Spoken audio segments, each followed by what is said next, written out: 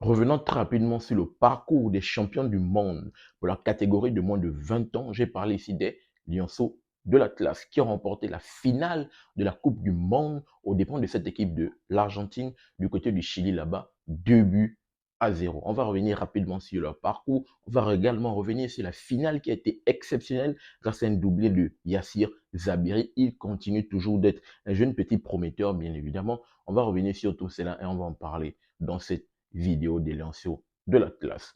Salut les gars, salut les amis, j'espère que vous allez bien. Je me prénomme Jérôme et moi sur ma chaîne, je traite essentiellement du football africain. Mabouille, je pense que vous l'avez déjà vu sans doute parce que j'ai une chaîne principale qui est le Super Sub. Vous l'avez sans doute déjà regardé là-bas. Là, c'est ma chaîne secondaire et ici, je vais toujours poursuivre l'épilogue autour du football africain. Comme vous l'aurez compris dans mon introduction, on va en parler ici de la Coupe du Monde des moins de 20 ans. J'en ai également parlé un peu plus sur ma chaîne Super Sub. Là, c'est juste une continuité. Je vais revenir rapidement sur la finale qui a été exceptionnelle entre l'Argentine et le Maroc, mais surtout, je vais également mettre un accent sur le parcours parce que, il faut le dire, faire ce parcours et arriver en finale, remporter la finale, écrire l'histoire 20 ans après, c'est vraiment historique ce qu'a réalisé cette équipe du Maroc, il faut le dire. Et la victoire aujourd'hui du Maroc est à applaudir pour l'évolution parce qu'on sait que cette équipe marocaine a mis les moyens en jeu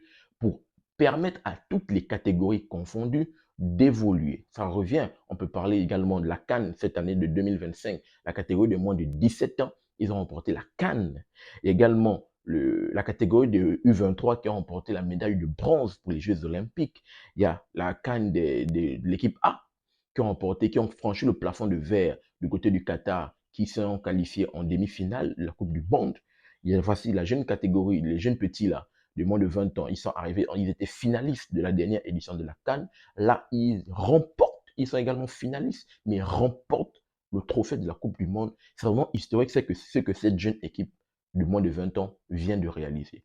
Elle vient de réaliser quelque chose d'extraordinaire. Elle vient de concrétiser toutes les bonnes actions qui ont été menées pour faire avancer et évoluer le football marocain. Et je voulais vraiment mettre ça en avant. Parce qu'on peut le constater, même que ce soit avec les clubs, la Renaissance sportive de Berkane, qui est également exceptionnelle, qui a remporté la Coupe de la Confédération de la CAF la saison qui s'est écoulée, que ce soit le Maroc qui a également remporté le championnat d'Afrique des Nations, qui s'est passé, ça fait déjà peut-être 1 mois et demi de cela. Vraiment, le football marocain est en pleine expansion quelles que soient les catégories confondues, quelles que soient les compétitions africaines confondues, le Maroc y est toujours et le Maroc met sa pierre à l'édifice. Le Maroc montre qu'elle a pour ambition d'aller loin avec les moyens qu'ils sont en train de mettre en place.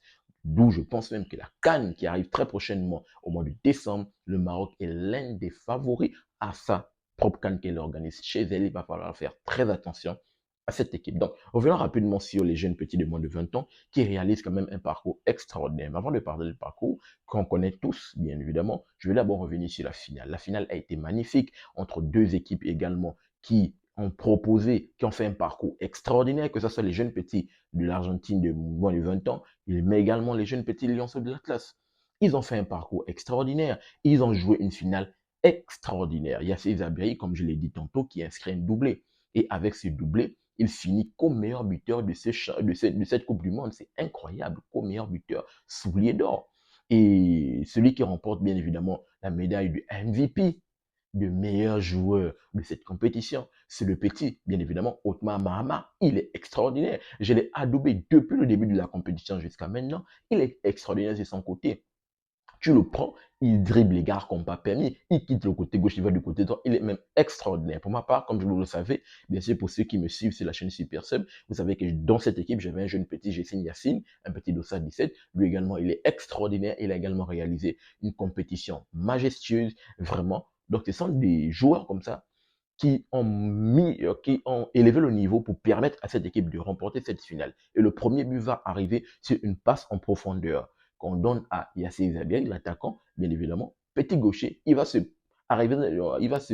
présenter face au gardien, bien évidemment. Malheureusement, le gardien, en sortant, parce que là-bas, la profondeur va être un peu très avancée, en sortant, va se manquer et va faucher complètement Yassir Zabiré. Là, l'arbitre ne va pas sortir un carton rouge parce que peut-être on aurait pu assister un carton rouge. Je pense qu'il ne va pas sortir un carton rouge parce que la faute va être aux abords de la surface. Ça ne va pas être dans la surface. Donc, carton jaune qui va donner au gardien et coup franc. Mais là, le gardien ne savait pas que il venait de donner un penalty à Yassir Zabiri.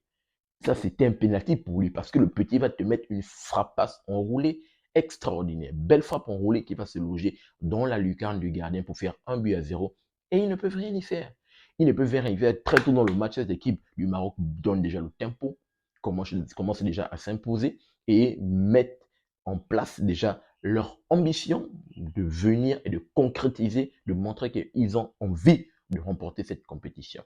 Et là, bien évidemment, de fil en aiguille, vu que les deux équipes, cette équipe de l'Argentine va pouvoir essayer de pousser pour venir égaliser, malheureusement, elle ne va pas pouvoir concrétiser ses occasions parce que de l'autre côté, elle est également un gardien qui répond très présent. Et va arriver le but du carreau. Le but du carreau sur une belle accélération sur le côté droit du meilleur joueur du MVP de cette compétition, Osman Mahama, qui va bien sûr faire la différence et envoyer un bon ballon second poteau pour Yassir Zabiri pour venir concrétiser et s'offrir un doublé et finir parmi les co-meilleurs buteurs de cette compétition. Donc, c'est comme ça, c'est de cette façon que cette équipe du Lions de l'Atlas remporte cette compétition, rentre dans l'histoire, bien évidemment, comme en devenant la deuxième nation africaine, vu que le Ghana, bien sûr, des moins de 20 ans de cette catégorie, avait déjà remporté en 2009. Donc, cette jeune équipe, 20 ans plus tard, comme je l'ai rappelé, parce qu'en 2005, malheureusement, elle n'avait pas pu accéder à la finale. Elle s'était fait éliminer face au Nigeria. 3-0, c'était dur, difficile. 20 ans plus tard, parce que tout le reste des compétitions des Coupes du Monde, malheureusement, le Maroc n'était pas présent pour ces jeunes petits. Ils n'ont pas été présents. Et là, lorsqu'ils reviennent présents, ils remportent directement cette Coupe du Monde. C'est vraiment à féliciter. Et c'était à l'époque, en 2005, là, c'était l'Argentine qui avait remporté. Donc, elle arrive quand même à se venger. Elle se venge du Nigeria qui était allé en finale, qui n'avait pas pu remporter cette compétition. Donc, voici ce qu'il fallait dire rapidement, en revenant très rapidement sur le parcours. Il faut quand même le dire, cette équipe du Maroc sort quand même une compétition incroyable parce qu'elle était dans la poule de la mort, quand même composée de l'Espagne, du Brésil et du Mexique. Mais cette équipe des jeunes petits lanceurs de la classe a décroché son ticket de qualification pour les huitièmes en s'imposant dans la première journée, match inaugural, match d'ouverture du groupe, en tapant cette équipe de l'Espagne, 2-0, je pense, de mémoire. Ensuite, étape le Brésil 2-1. 2-1 qui permet bien évidemment la qualification parce qu'au bout de 2 journées, elle avait déjà pris 6 points. Donc, elle s'était déjà qualifiée. Donc, dans le dernier match, c'était de façon décontractée. Elle a mis l'équipe B pour faire reposer les joueurs cadres. Et cette équipe du Mexique qui, pour le coup, l'autre côté, eux, ils jouaient leur bateau, ils jouaient leur qualification. Ils se sont imposés face à cette équipe du Maroc. Le Maroc arrive en huitième de finale. On pourrait se dire que le petit faux pas face au Mexique dans la troisième journée pouvait peut-être ralentir. Mais non, les petits, ils étaient concentrés. Et ils jouent face à la Corée du Sud. Ils tapent la Corée du Sud 2-1. Bien tapé. Ils arrivent en quart de finale, ils rencontrent les USA qui sont les meilleurs, quasiment ils font partie des meilleurs de cette compétition. Ils ont tapé tout le monde. Les USA ont tapé même l'équipe de France en, comment dire, en phase de poule, 3 ou 4-0 comme ça. Donc les USA, vraiment, ils étaient préparés. Mais les USA, avec un nombre de tirs incalculable, ne vont pas pouvoir venir à bout de cette équipe du Maroc qui va finir par s'imposer 3-1. Là, on joue le quart de finale. En demi-finale, les USA, comment dire, les lanceurs de la classe vont affronter cette équipe de France qui vont arriver. Ça a été également un match hautement disputé, très difficile. Et bien évidemment, au bout d'une séance de tir au but, parce que le score va finir sur un score, le match va finir sur un score de parité, séance de tir au but qui sera d'ailleurs bel et bien remportée par cette équipe des lanceurs de la tasse du Maroc qui arrive en finale, comme je l'ai déjà relaté, qui finit par s'imposer. Donc, le parcours y est là, bien sûr, un parcours de combattant, un parcours qui a été vraiment avec beaucoup d'embûches, mais elle a su à chaque fois venir à bout de tous les adversaires et finir par s'imposer et remporter ce Saint Graal qui permet d'être au panthéon du football mondial.